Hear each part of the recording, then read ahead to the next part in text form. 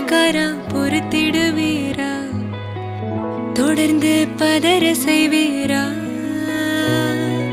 சிக்க வைக்கும் செய்கையெல்லாம் நிறுத்திடுவீரா, மனசு இயங்கல சீரா.